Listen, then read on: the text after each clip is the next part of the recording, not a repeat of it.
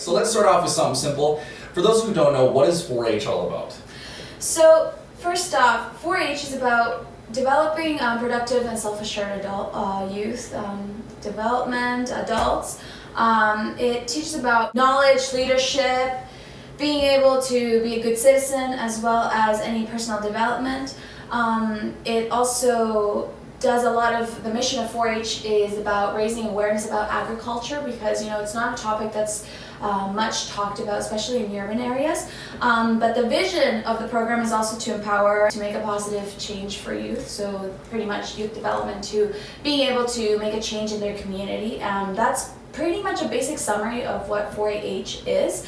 It's a program that mainly focuses on youth development. So when you say youth development, like what exactly do you guys do for that? So the age ranges for the 4-H program start off at 6 all the way up to 25. After that, you can become a leader in the 4-H program. When it comes into answering your question about what youth development means, it means getting people involved with not only participating in any events for the community, but also being able to do a project that develops that sense of responsibility into the member, as well as being able to feel a little more confident about yourself. I know for a fact that I have, thanks to 4-H, especially when it comes to public speaking, I have become a more confident member myself, and I'm sure that if you ask any other 4-H member, they'll definitely tell you that in some area, the 4-H program has helped develop a little bit more. Okay, so you mentioned to me in private when we were discussing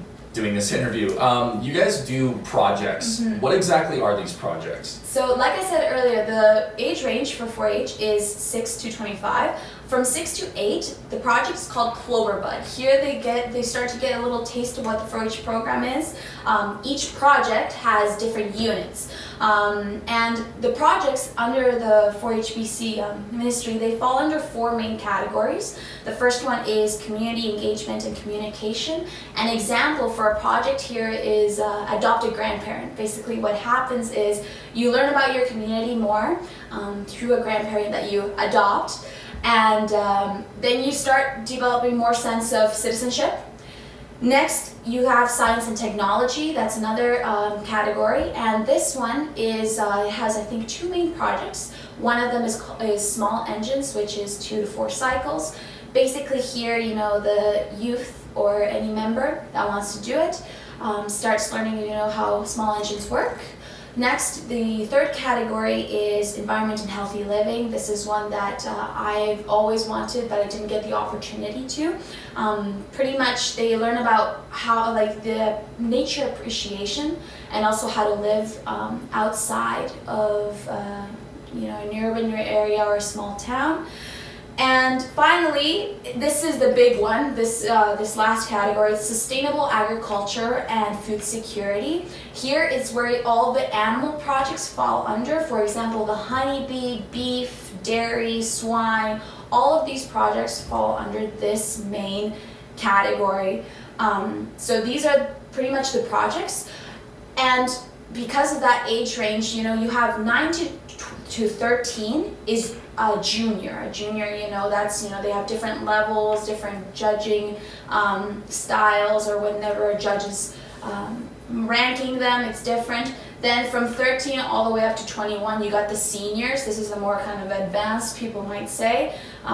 So they're also, juniors and seniors never compete against each other, of course, due to their age range. But those are pretty much the projects that are in the 4-H program in BC in general. Okay, so you said that it's like the age range is 6 to 25. Mm-hmm. After that, what do you do? So you have the opportunity to become a leader. Mm-hmm. If you like, say for example, because I've been in 4-H for 9 years now, this is sadly my last year in 4-H, but if I wanted to, I could become a leader. Youth actually at the senior level, they have the opportunity to become what's called a junior leader. This is pretty much, when they're in charge of helping out the juniors in their club or in their district if possible.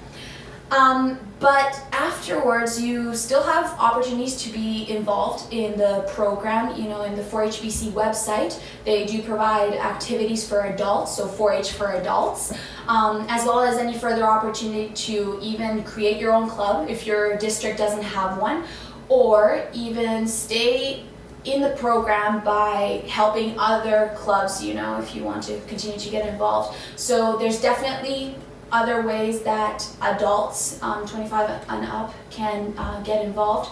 We have our key leader, who is, you know, the main leader in our district. She's been in 4-H for well over 50 years. Oh, wow. So she's been a leader for most of her time there, and that shows you the dedication that some adults can have. Yeah, that's awesome. So getting back to kind of the beginning here, so you guys are mentioning, or you told me that you guys are having an auction this weekend. Mm-hmm. What are you guys auctioning off? So this year it's kind of different, you know, compared to previous years. Most people decided to do what's 4-H started a program called 4-H at Home. Basically, you do the exact same thing as you would in person, but online and from the comfort of your home. But this year, so far for auction, we do have a lot of beef. Beef remains dominant in Vanderhoof. Swine as well, which is pigs, market hogs. You got sheep and lambs. And also you got one photography project this year. Oh, cool. Normally there's usually more. And poultry. Poultry is another one that, you know, we didn't have the opportunity to have last year. So each year is kind of different when it comes into choosing projects because of, you know, who or what the kid or youth wants to do. But that's pretty much what we're going to be auctioning this year at this 2021 4-H auction. And all this stuff comes from local farmers, right? For sure, okay. For sure. Except for, you know, like poultry and any other photography, of course, you create it yourself. But yes, it comes from normally local producers and supporters of 4-H. Okay. What are your, so you guys are doing it at home, right? What are your COVID guidelines this year? So, when COVID-19 started, 4-H British Columbia as well as 4-H Canada nationally created some guidelines in regards to how we're going to respond to the COVID-19 situation. Basically, I went to my ambassador training weekend just 2 weeks ago, and one of the guidelines, we had to learn the guidelines there, was you had to stay in your household. So a household was, you know, the different age groups. Normally it was the second years and the first year, so we were not allowed to interact with each other. Whenever we were near each other inside a building, it was required to wear a mask. As for the auction this year, because we want to follow those guidelines that 4-HBC has put out, we are going to be providing hand sanitizing stations. Social distancing is going to be part of the practice, as well as any person that wants to come in will have to sign a waiver as well before they enter the exhibition grounds. But those are the precautions. There are way more details of how, you know, we're going at it in the 4-HBC website. But as far as guidelines, waiver, hand sanitizing, as well as practicing social distancing, and of course, if you're feeling sick, please stay at home. But this year, what's cool about it and what we are applying from what we learned last year, because, you know, there wasn't a fall fair, we are also going to be doing an auction virtually. So people can virtually, you know, bid, as well as going to be in person. So if you want to stay at home and not go in person, you can definitely do that as well. We provide that option. Okay, nice and convenient. You guys have got all your bases covered. Okay, so where can these people register to participate in this auction, as well as the youth clubs? So as for registering for the auction, it's not required. Just make sure that you become prepared to sign a waiver if you go in person to the fairgrounds.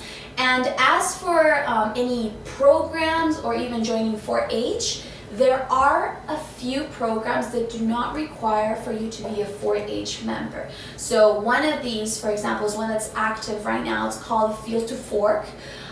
Pretty much, if you go to the 4-HBC website, you're going to find more details about it. And here, youth or any even adults, you can, you know, create your own recipe by using ingredients that are locally produced. The price is $400, Okay. so it's a good way to interact, and you basically have to make a video. And another program there is the photography contest. The deadline is September 15th, and here again the price, there's three main categories, and the price is $100 for first place, $50 and so on. If you want to register in the 4-H program, you can also contact our key leaders from our region. Their names are Julie Colcher and Chris Moutre. They are very well-known members here in our community, but definitely if you're interested in joining a program here in Vanderhoof specifically, contact them, and they can definitely show you what club is best for you, as well as if you have any questions about joining or anything else of the matter, they can definitely help you out with that. Any further concern or registering for 4-H, you can definitely visit the 4-H website, contact the ministry there, and they can definitely help you out with that. Okay, cool. So Iara, last thing, is there anything else you would like to talk about before we wrap it up? Honestly, I think when people mention the word 4-H, they automatically think of some, a kid living or a youth developing in or living in a farm. But I think 4-H is not just about that. 4-H, because it's so diverse, it even provides projects for people to do it in urban areas. For example, gardening. I have a friend who is an ambassador from Prince George. She does her gardening projects.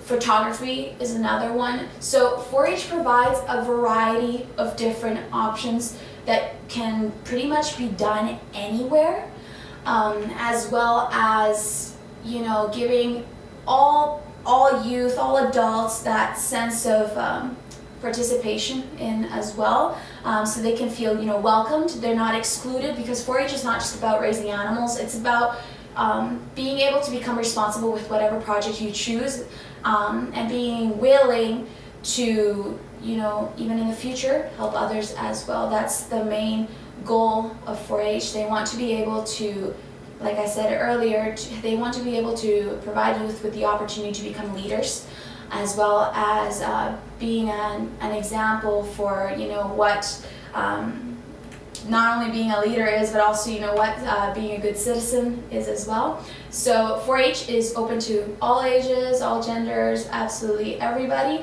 and it's not just a program for farm kids. Cool. Okay, well, Iara, I think that's all the time we got here. Thank you for coming out. Appreciate Thank you so sitting down much. chatting.